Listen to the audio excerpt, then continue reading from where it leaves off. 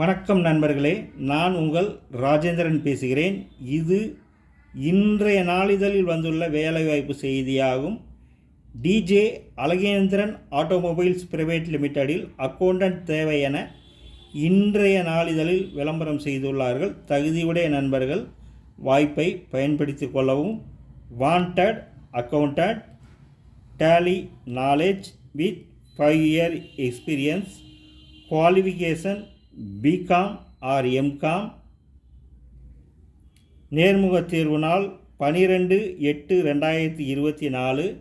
நேரம் காலை 10 மணி முதல் 12 மணி வரை.